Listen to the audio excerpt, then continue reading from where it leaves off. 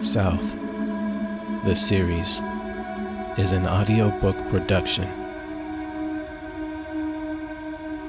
It contains subject material not suited for a younger audience.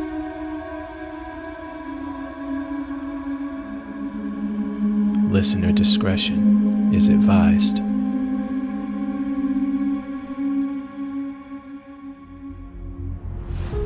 South, the Pinewood High School incident, is the telling of an unfortunate soul, a young girl lost to the whims of society. We follow the story of Cassidy a Pinewood High School student, as she finds herself stumbling down a dark and dangerous path. In Allura Shores, corporations control your every thought.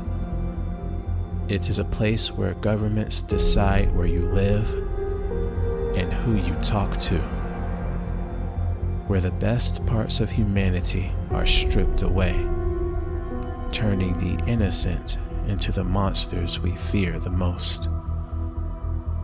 The path of darkness is broad and inviting.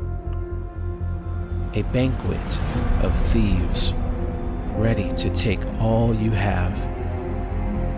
Hold true to your beliefs. If you are not careful, someone will replace them with their own.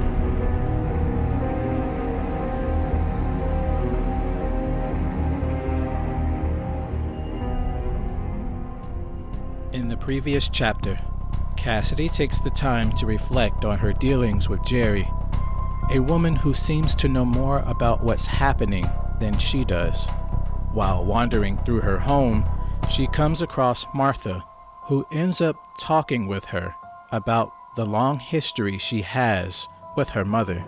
Just as the two come to terms with the relationship they share, they are interrupted by none other than Kimberly, the reporter, appearing to have a bone to pick with Cassidy pertaining to Amber's abduction. As the two talk, Cassidy begins to understand how Kimberly feels and decides to open up to her, their conversation ending peacefully and assuring Cassidy that she has an ally in the reporter. As the day ends, Cassidy sits in her room to continue her search for any clues that she might have missed on the Hunter app. Before she can find anything of note, however, she is contacted by Jerry, who fills her in on a meeting going on downtown between Elizabeth and Lydia. She ultimately agrees to the spy game and prepares herself for the job, ending up in her mother's room for some mature accessories. Cassidy is discovered by Sandra, and at first she is startled, but her mother changes pace and comforts her by helping her with her hair, telling her that she will allow her to make her own decisions from now on. With renewed vigor and a true goal to pursue, Cassidy leaves the safety of her home and heads to the restaurant on the docks in order to find more answers to the questions that plague her, praying that at least one of them will bring her closer to finding her best friend. Cassidy has taken her first steps into maturity and has prepared herself for the task at hand. At least, that is the hope. Will she find what she's been looking for on the docks? Or will she be discovered and face serious consequences? Let's get back into the story and find out exactly what's going on between these two women and their dealings in Allura Shores. Chapter 15. She watched her footing as each footstep made a light tapping noise on the wooden pier. Ahead of her was the goal she was searching for since she joined the coven, The truth, although normally aligning itself with the empowerment of humanity, was not so easily found, nor easily consumed. She assumed that what she was going to hear was not going to be pleasant. Still, she needed to know. If anything was going to be done about Amber, she was going to need peace with the group of witches and their leader, at the very least. The building that she was walking up to was a 2-story storefront. The bottom business was a tackle shop. She was sure saw a lot of business during the warmer times. Above it was the restaurant that Lydia was just entering. Cassidy slowed her approach and waited a full 2 minutes before deciding to risk it. She treaded up the stairs, each pull of her leg muscles yanking at her core. She was nervous, to say the least, but there was no stopping her at that point. She was going to see this through. She reached the wooden double door that led into the restaurant and peered through the glass panels in a muddied attempt to spot the pair. The decorative glass was an unforeseen obstacle, yet her determination was greater, and she managed to make out the familiar frames of the 2 women walking towards their, most likely reserved, seating. With a deep breath, Cassidy steeled herself against the splashing tide beneath her and opened the door to the restaurant. The interior of the restaurant was what she expected a food place on the docks to look like. Pier decor made the wooden walls of the space feel authentic enough. The smell of overcooked fish tickled her nose as she contemplated ordering a dish while she was there.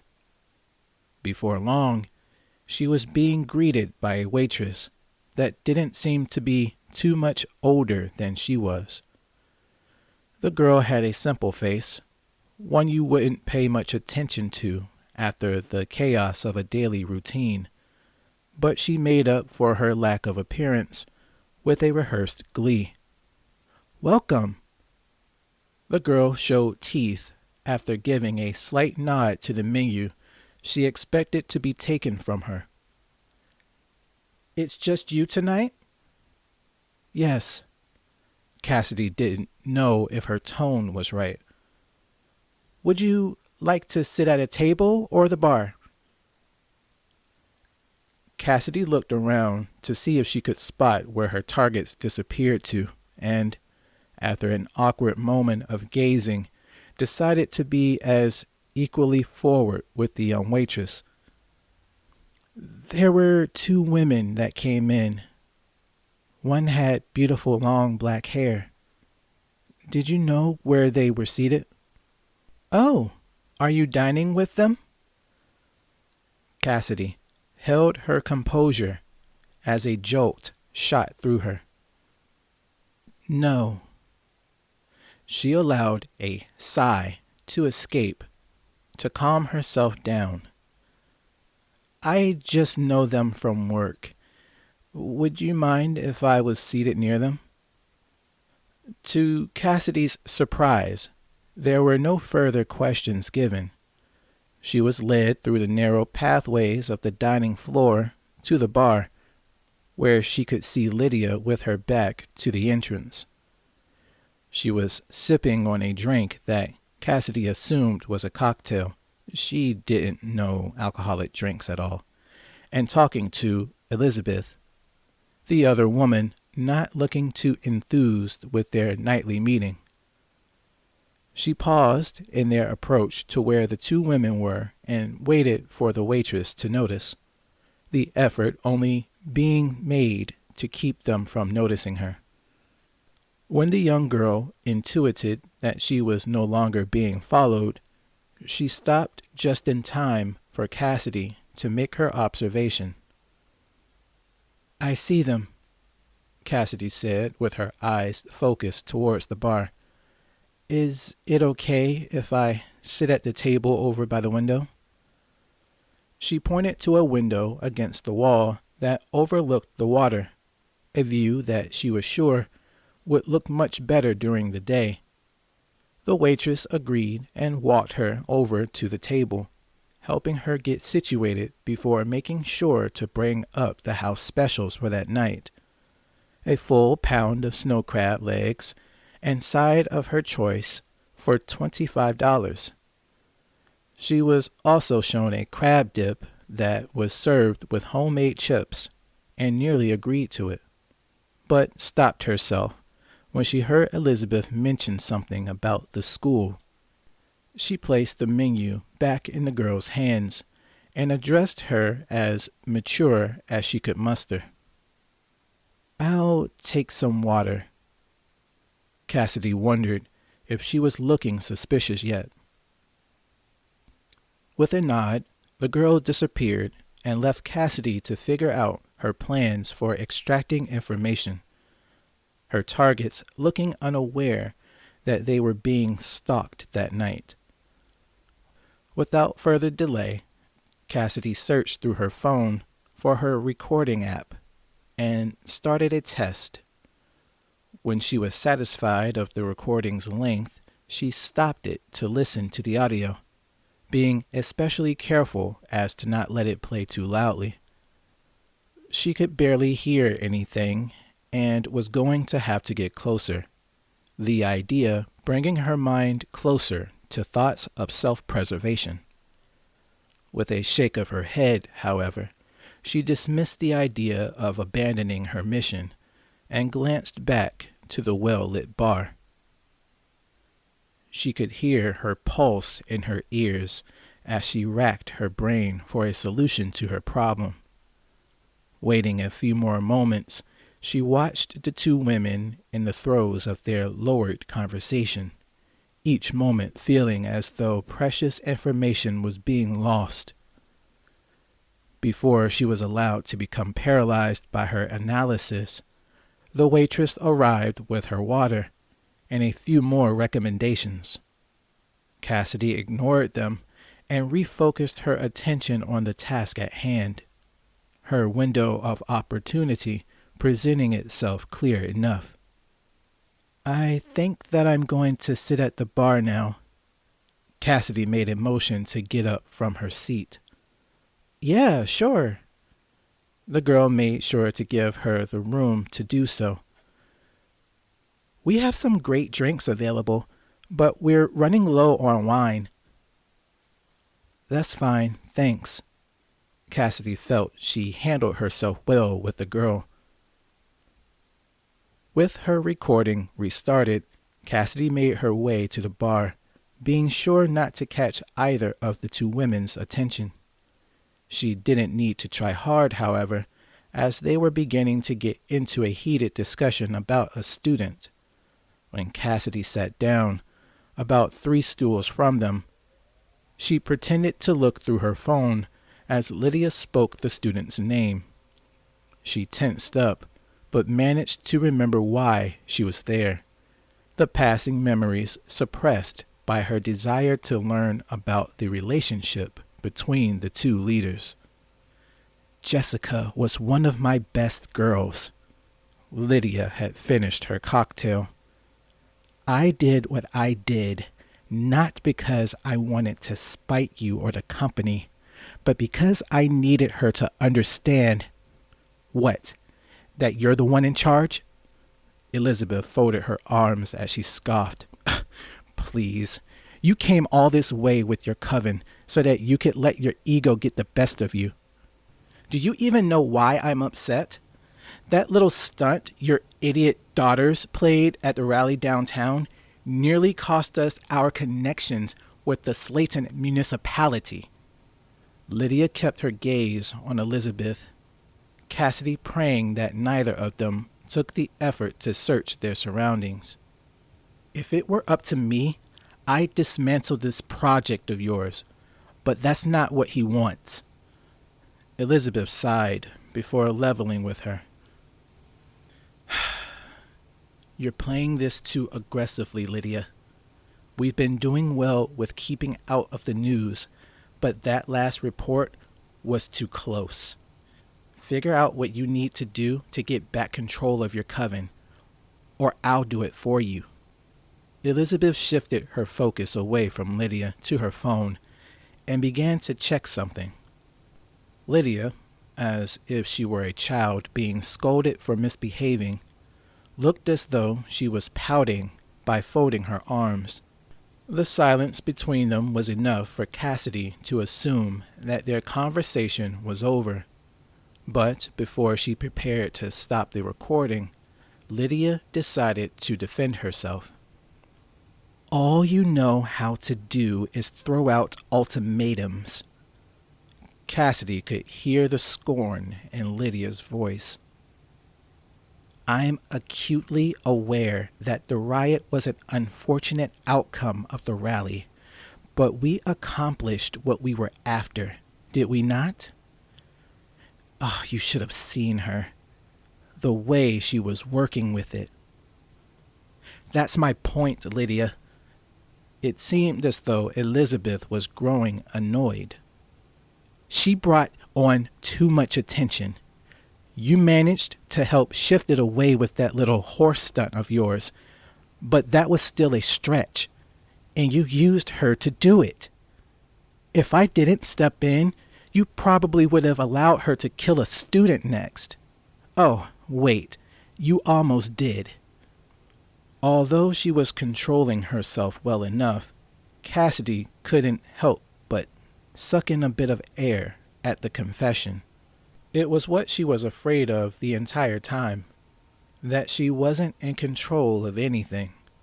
The power she sought in Leander was nothing but a manipulation, a trigger that allowed for the woman sitting a few seats away from her to squeeze at anyone she deemed deserving.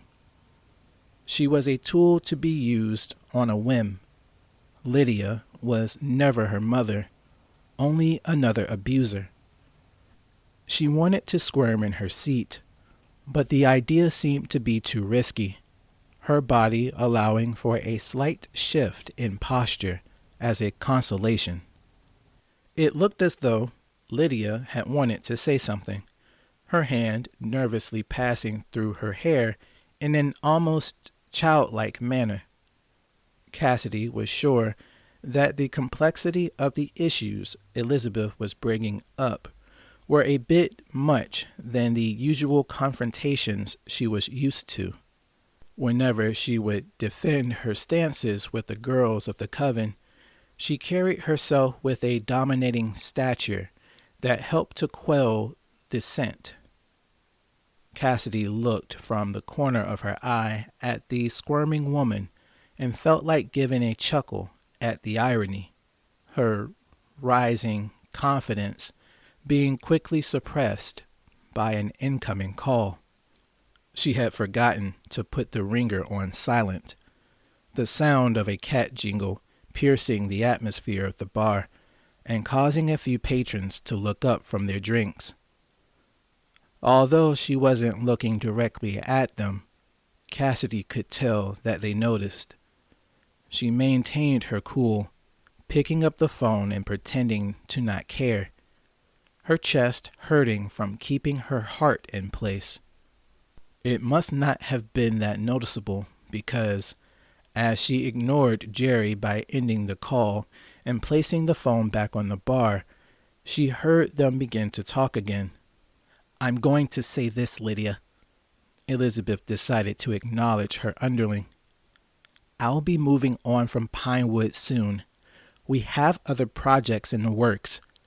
Do us a favor and don't lose the plot. If you want to keep your spot on the waiting list, get your girls under control and make sure I don't have to step in again." "I'm doing what we agreed I would do." Lydia regained a bit of her confidence. "They're doing their job. I wanted her to lead them because of how useful she was. But now..." Elizabeth, who had seemed to be losing interest, was about to say something else, but her phone rang. She held up a finger to shut Lydia up and answered it, making a bit of a face when she heard who it was on the other end. Lydia accepted her lowly position and waved to the bartender for a refill. As the two conducted their separate business, Cassidy managed to catch another glance at Elizabeth. The conversation she was having seemed to involve a great deal of stress, the woman's face distorting slightly as she returned the caller's comments with increasing aggression. "No, we sent them an invoice for that last month when it happened." She was getting frustrated. "Tell the crews that we have out there to stop until they decide to pay. Landon wants us to pay for our own cleanup. Then they can wait until we get paid to do it." Cassidy shivered at the assumption that she was talking about the contaminant leak that Arthur went to help clean up. The way the woman was dismissing the danger of such a job, making her want to lash out somehow. When Elizabeth was satisfied with her responses, she hung up and stood from the bar to leave. Lydia remained seated and seemed to not know what to do with herself, choosing to take heavier sips of her drink in hopes of being free of her companion. Cassidy assumed that it must have been a very trying conversation for her, of all people, being used to calling all the shots. Before Elizabeth left them at the bar, she turned to Lydia with a final scowl. "Make sure that we get the girls to promote the concessions at the game." Elizabeth kept her focus on leaving. "And wrap up that thing with Learman. I swear that family has been nothing but trouble." Fine." Lydia sounded as though she didn't want to respond. Without looking to see where she walked off to, Cassidy kept still in her seat and waited for Lydia to make a move as well. Her coven leader sat near motionless for a bit, as if to try pulling whatever confidence she could from the nearby patrons before getting up. It wasn't confirmed through sight, but as Lydia walked directly behind Cassidy, she could have sworn the older woman looked at her, those cold blue eyes of hers quickly identifying exactly who she was. There were no dramatic confrontations, however. Lydia simply left, and Cassidy was all alone.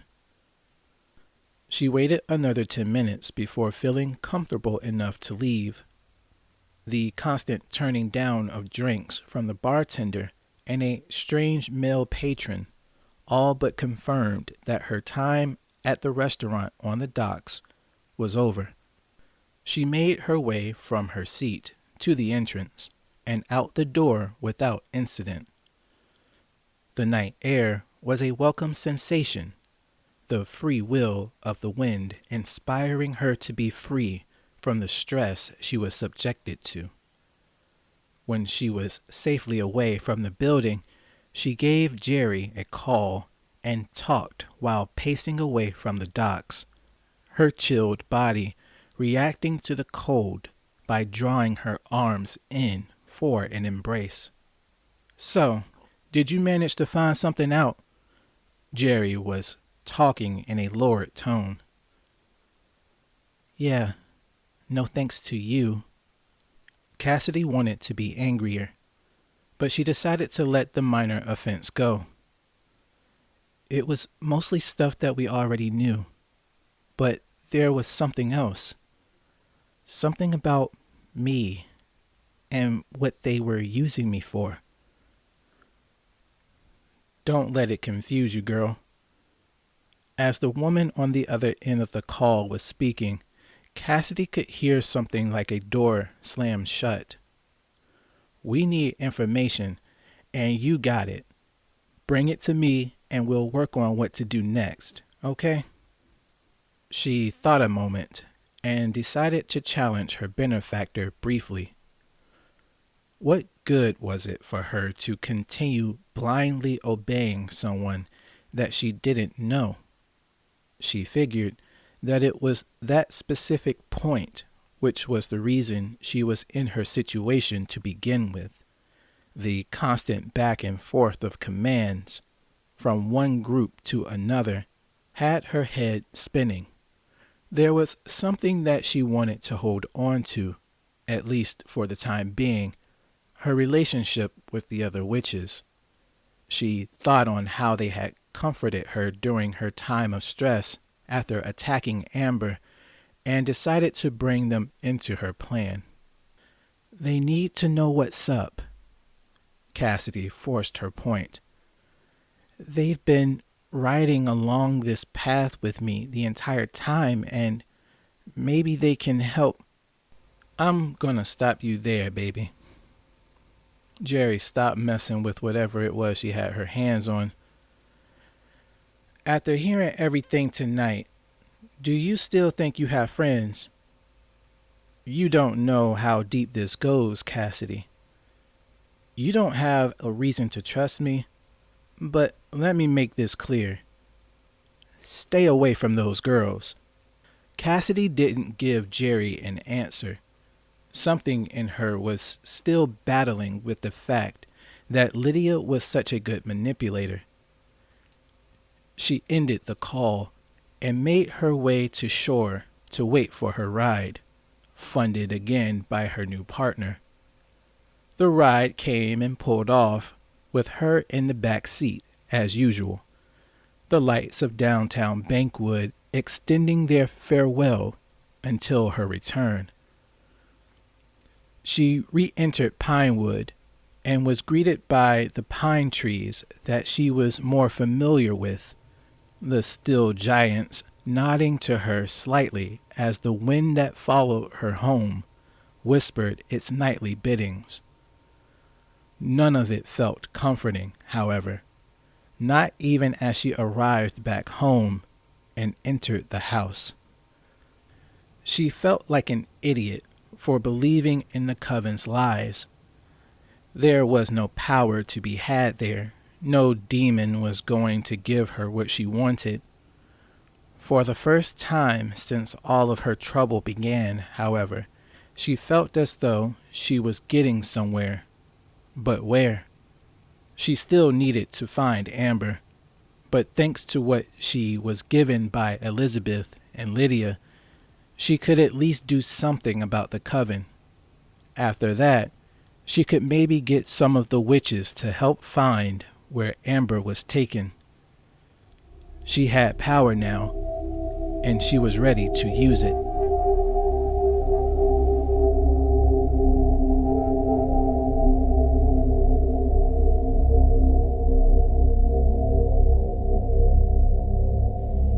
The next day was Thursday, and Cassidy was already prepared to leave. She hadn't slept. In fact, the late evening's events that she managed to survive pumped her full of enough adrenaline to keep her mind spinning well into the morning. She did feel the uncomfortable groggy feeling, but it wasn't enough to deter her from her goal. She needed to convince the other witches of their mother's deceit and agree to work with her in order to help save Amber. She knew that it wasn't going to be easy, but from the pooling amount of evidence she was gathering against the women and their corporate scheme, she was sure to pull one of them at least. When the time for her bus came, Cassidy left without any word to her mother, who she heard shuffling around in her room a bit, and made her way to the bus stop. As she passed the trees along her path, she looked to their tops and wondered what it would be like to fly above them before returning her attention to her short wait in the cold. Whatever she was going to get herself into now, she knew that there was a chance that she would not return the way she was. But she couldn't see any other way.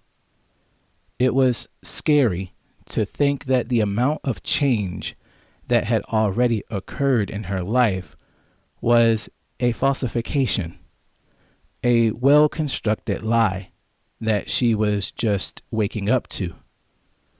Before she could lose heart, Cassidy took in the chilly air and allowed the anxiety that propelled her to ease a little.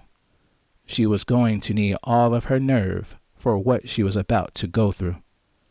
When she arrived at school, Cassidy made her way through the corridor towards her locker, the trek laden with loud advertisements and the going-ons of the student body.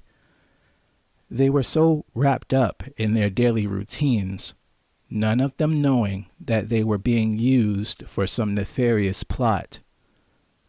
It sickened her to see them laughing and ignoring the threats around them, their chatter and banter turning to the squeals of pigs being lined up for slaughter.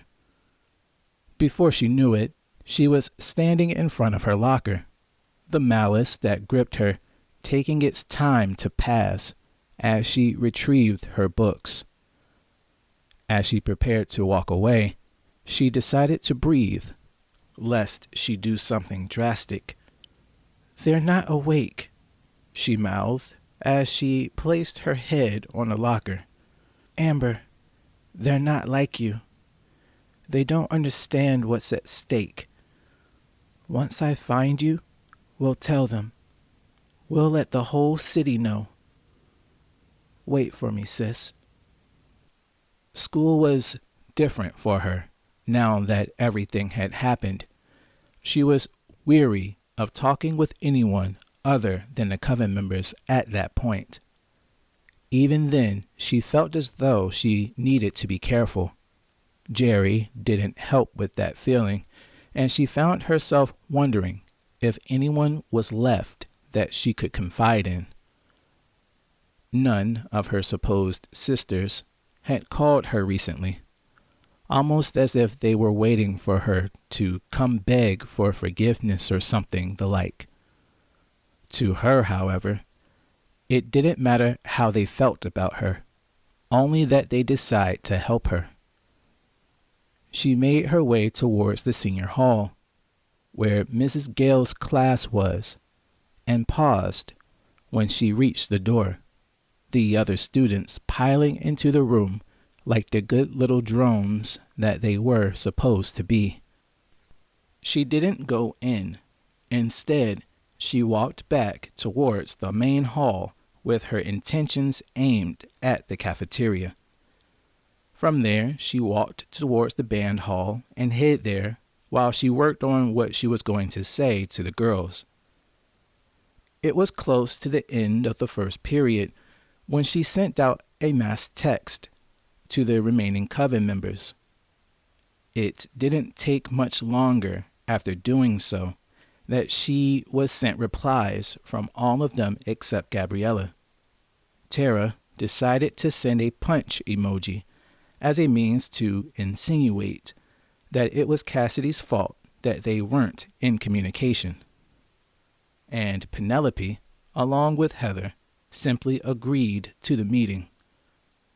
By the time the second period had come and gone, Cassidy had found herself standing outside near the rear entrance of the school that led to the practice fields.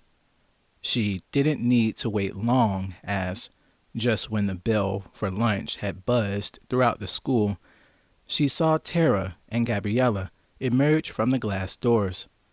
Tara ran up to Cassidy and held her in an embrace for a good while as Gabriella gave a shy nod and walked over to a cement structure to sit against. While Tara talked at Cassidy about her ordeal after their arrest, Cassidy spotted Penelope and Heather approaching from the gym's exit. They walked from a bit further off than the others did and finally reached the group after an extra minute. "Looks like we're all here," Gabriella observed. "Well, not all of us." You don't have to be so edgy, sis. Tara tried to ease the tension. No, she's right, Cassidy said, as though it wasn't by her doing that Jessica wasn't there. I'm not picking sides, okay? Penelope's statement was almost expected. What happened, happened. We need to be able to move on from it if we're going to survive as a coven. I agree. Heather caught the tailwind. Cassidy, you said that you had something for us, and we all agreed to meet. So, what is it? Cassidy didn't waste any more time and retrieved her phone from her pocket.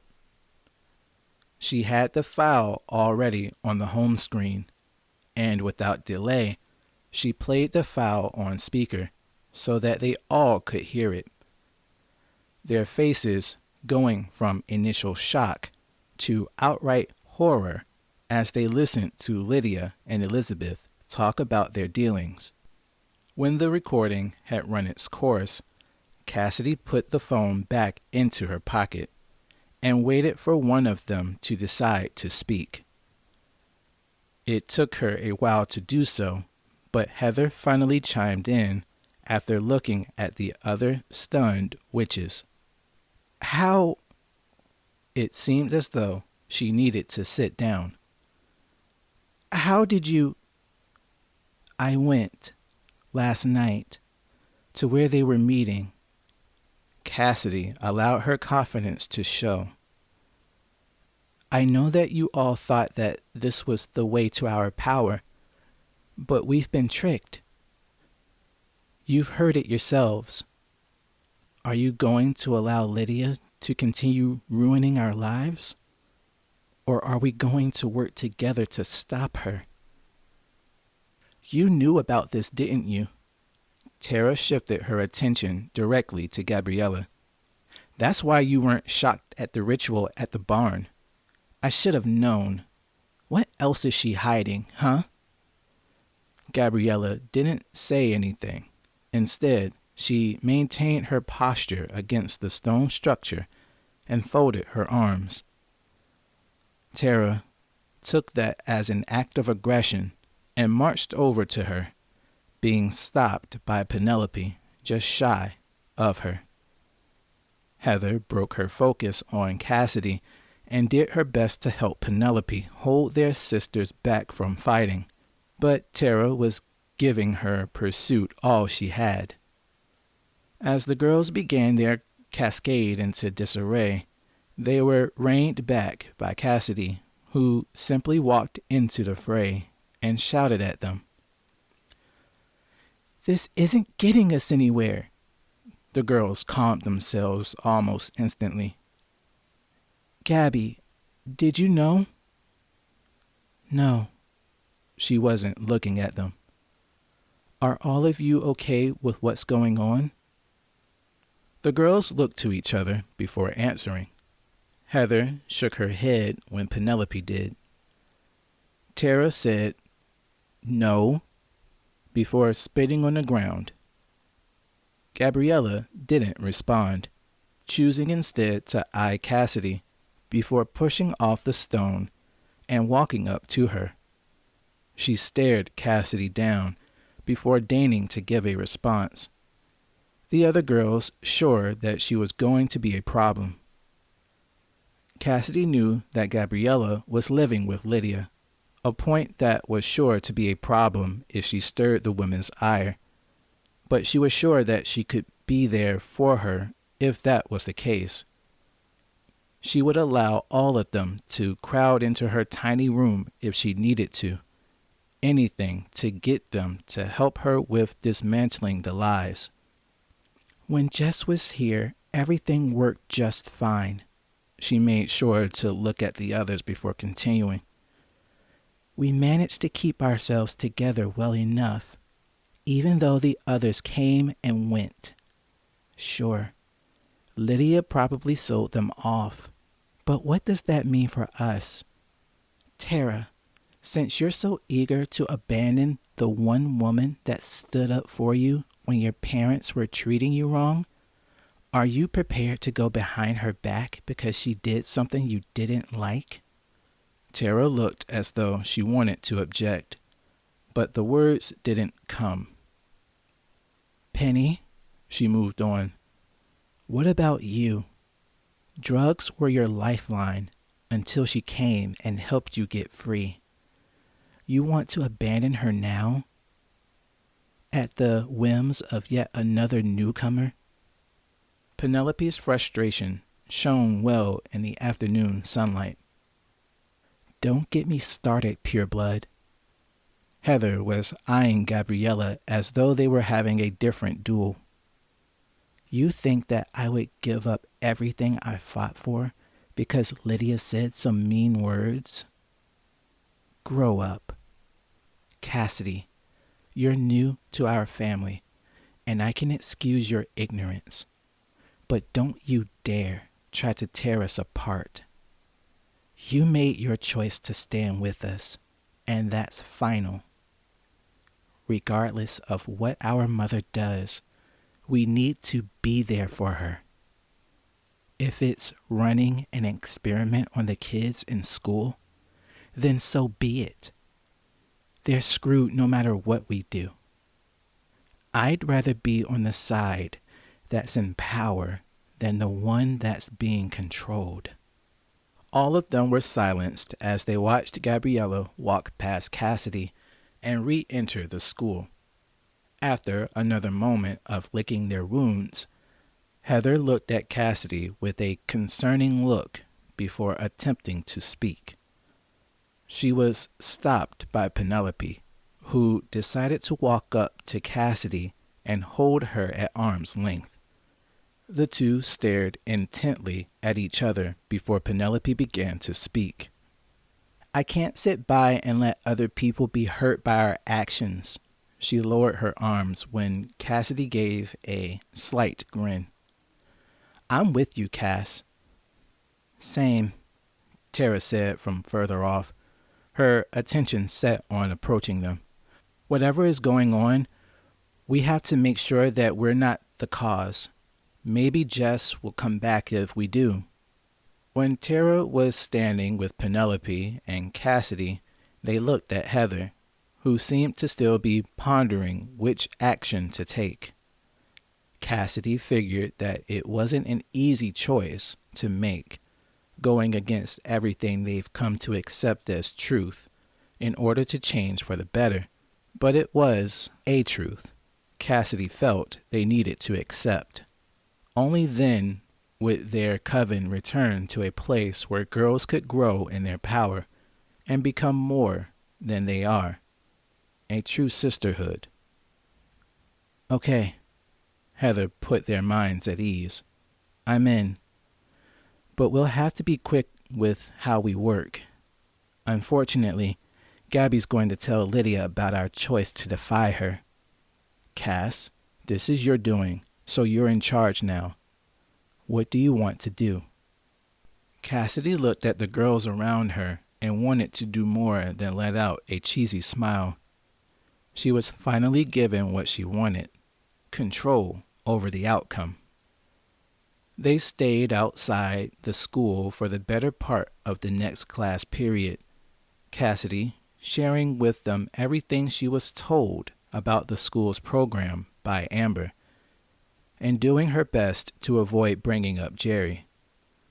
When she mentioned Kimberly and her investigation, the others were apprehensive at first, but Heather agreed with her. It was the best plan they could muster in such a short time. To tell the media was going to be an arduous task, but it would be necessary. The loudest voice in the room was always going to be the first heard. If we can get someone like her to tell everyone what we found out, we can pressure Lydia to come clean and expose the school and Southern Cuts. Everyone nodded and agreed with her. We'll need to move quick, though, Penelope reiterated. We don't know how long we have before they start trying to cover up their tracks. Do you think that we could meet Kimberly soon? Tara said, as she warmed the others up to the idea. Like today, after school. Yeah, I was going to suggest that anyway. Cassidy was glad that they were on the same page. Then we all agree. We're going to give Kimberly everything that we know about the school, Lydia, and Southern Cuts today. The girls agreed, and just as soon as they had begun their meeting, they separated and returned to the school. Cassidy walked alone through the corridors of the terrible place with a new upbeat pace. She found her power and was ready to use it to fix her situation. She thought, even if Gabriella was going to tell Lydia, there was nothing she would be able to do in such a short time. She had won. The only thing she needed to do was make it to Kimberly.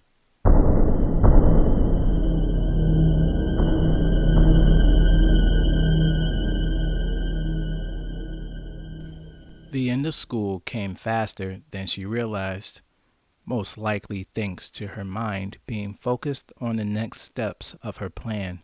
Even though her heart was racing just as fast, she was undeterred from the task at hand. She was going to get what she wanted from their joint effort, no matter who she had to move out of her way.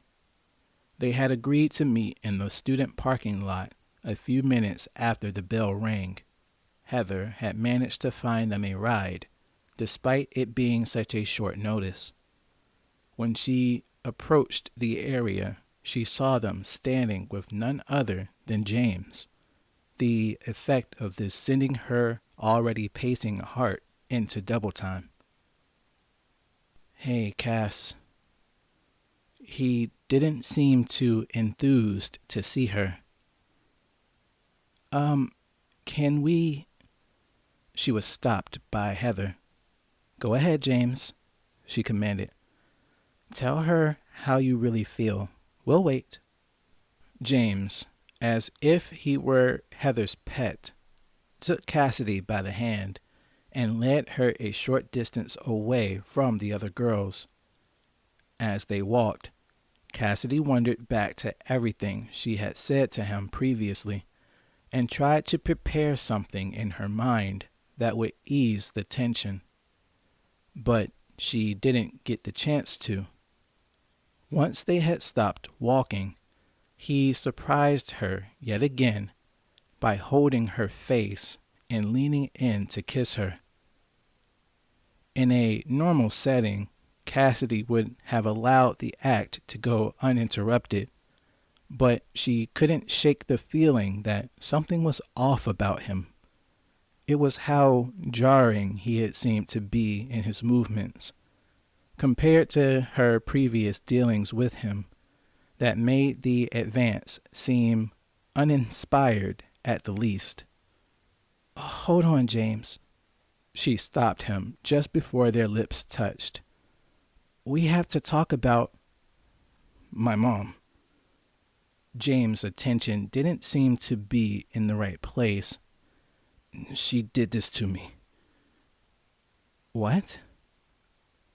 Cassidy's confusion was the least of her concern in the moment. What are you talking about? What happened with your mother? He said that he wasn't feeling that well. Heather interrupted her. Something about his mom making his head hurt. Come on, you two. Let's get going. We need to reach the high-rise before traffic sets in. Cassidy had expected James to, at least, tell Heather to hold on while they talked, but he simply gave in to her demands and walked back to the car, his motions seeming lethargic and almost trance-like.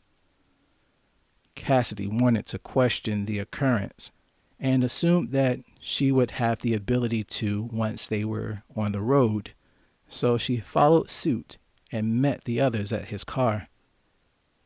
They walked over to his car and piled into the older sedan. Cassidy assumed that she was going to sit up front with James, but Heather decided to subvert her expectations.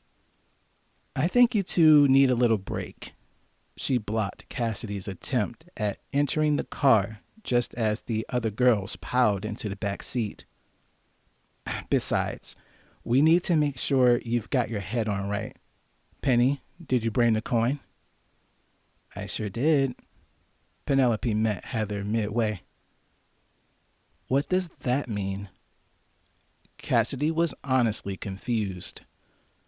Without any further explanations, Cassidy was pulled by Tara into the car, forced into the middle seat, and the door was shut by Penelope.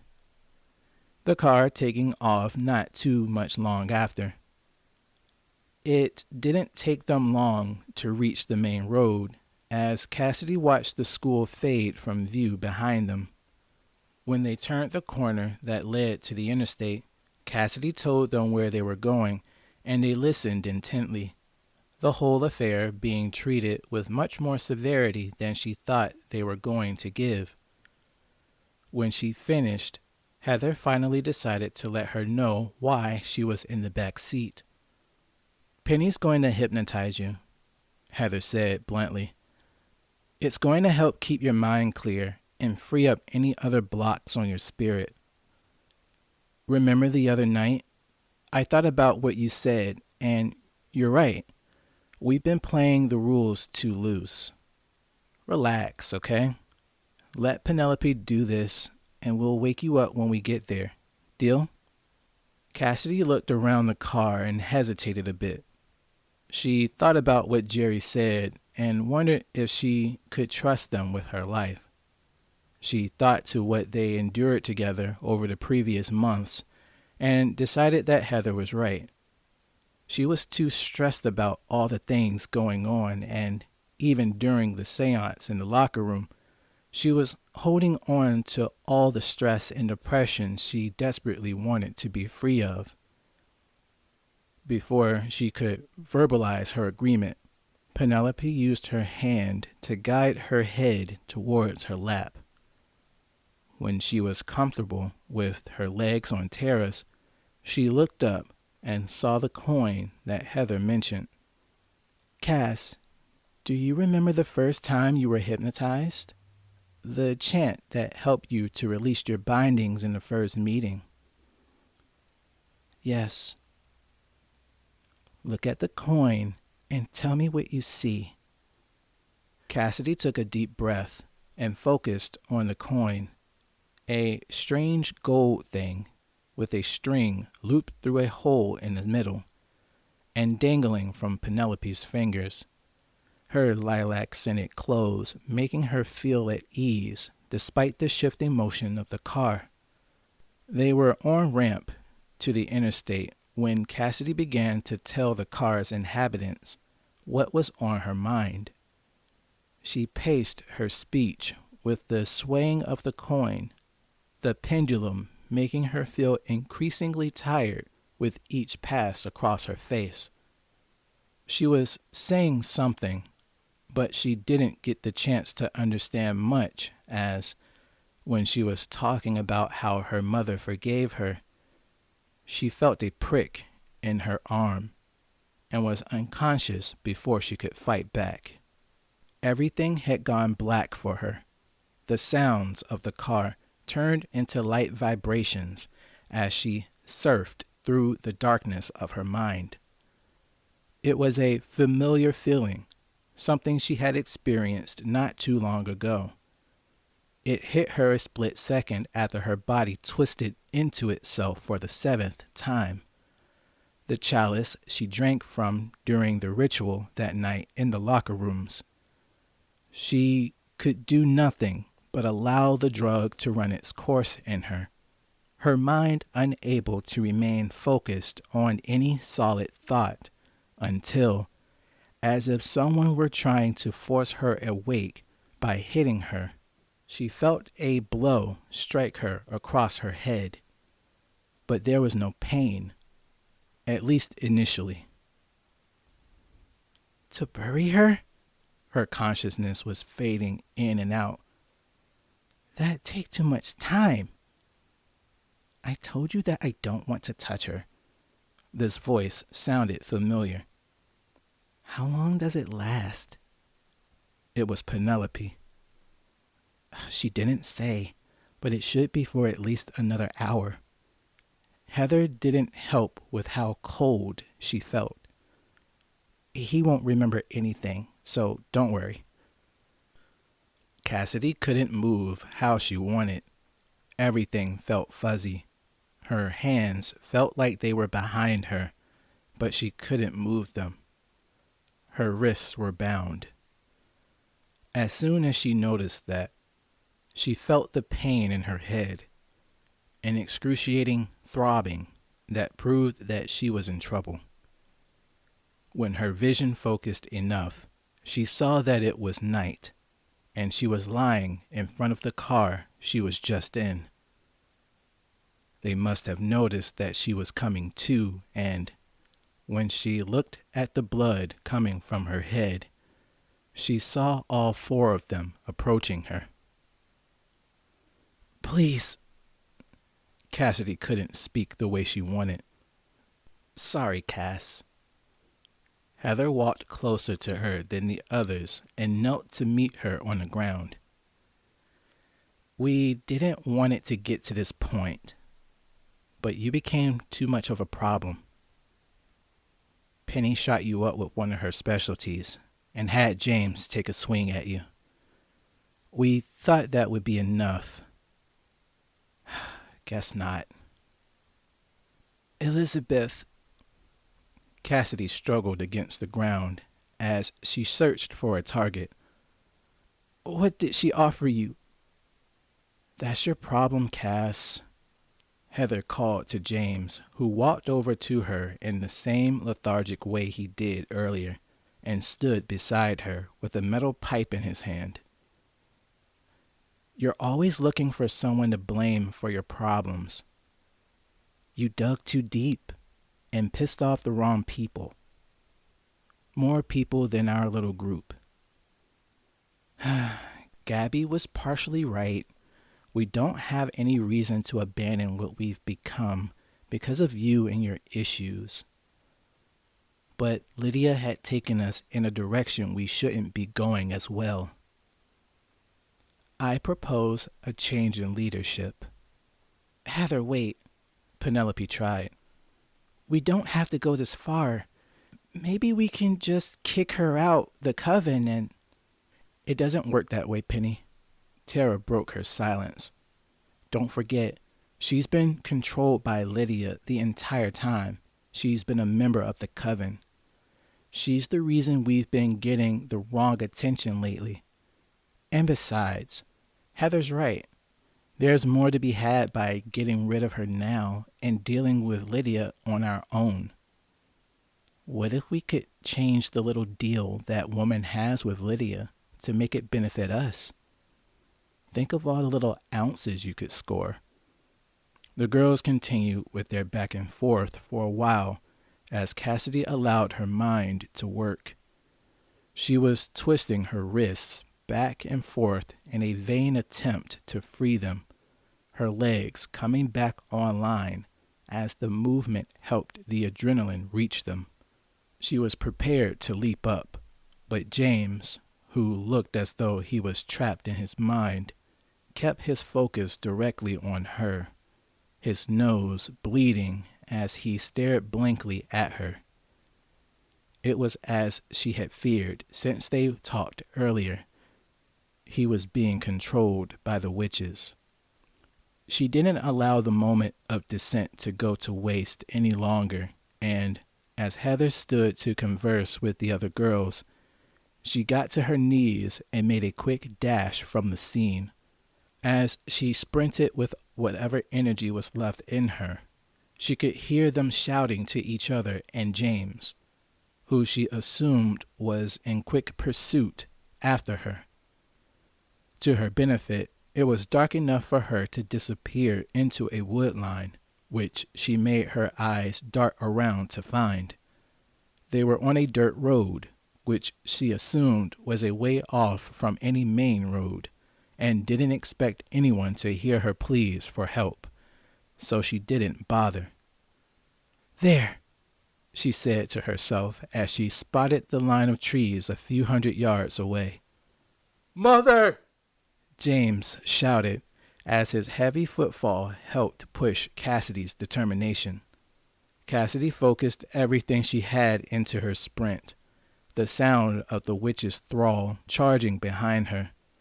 She figured that she was going to need to use the darkness to her advantage, but there didn't seem to be anything else she could do except break his line of sight somehow. She began to change her pattern of running, choosing to run in a zigzag-like pattern, and, for a second, it seemed as though it was effective.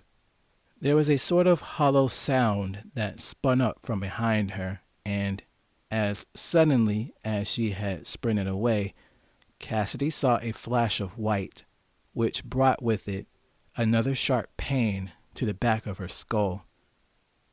She fell to the uneven grassy field face first, the dirt and near-frozen dew soiling her clothes.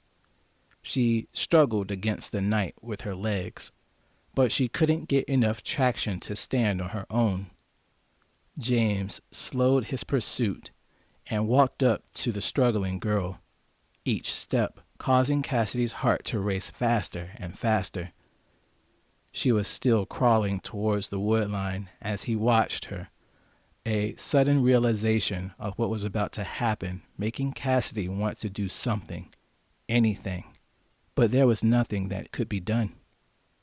"No!" Cassidy turned over and looked at James through the night in a last attempt to reach him. "James, it's me." "Mom!" She couldn't see, but it sounded like his speech was being blocked by saliva as he fell atop her. "Don't hit me!" James allowed his body to act and began to thrash his fists at Cassidy wildly. His attacks were not specific, possibly due to the veil of the night, making visibility difficult. Regardless, he was effective in landing enough hits to Cassidy's head that she began to lose consciousness. She screamed against the night, at herself for being stupid enough to trust the witches, at Amber for being a victim, and at her father for dying. After the fifth hit to her head, she gave up and allowed herself to die. The shame of not living long enough to escape Pinewood, let alone Allure Shores, following her to her grave. A final affirmation flickered through whatever bit of life was left in her, and she wondered if God would forgive her for thinking it. "I'll kill them all." There is no telling what will come of the events that have transpired, with Cassidy meeting her end at the hands of the coven. What does that mean for the rest of this story? Thanks everyone for listening to South, the Pinewood High School incident. This is an ongoing series that will delve deep into the going-ons of a desperate and dangerous place. If that is what you are interested in, then please continue to enjoy. This is a passion project of mine, and I would love any and all feedback on it as it develops. I would like to thank Ministry in Christ Church for everything God has led you to accomplish over the years. Go to ministryinChristchurch.com to find more information. You can also find us on Facebook by searching Ministry in Christ Church. A big thanks to John at Tale of the Manticore for his creativity in the podcasting space. Listen to Tale of the Manticore podcast wherever you listen to podcasts. Remember to leave a comment about anything you would like to talk about on Podbean, Google Podcasts, or X at The Writer Wesley. I check my comments regularly, so feel free to type away. If you would like me to announce what you are currently working on, feel free to message me on X as well. I am always looking forward to working with those with a passion for what they do, so that I can represent you and your efforts. With that said, sit tight and get ready for the next chapter. But remember, your mind is the battlefield. Be careful to which side you give aid. See you next time.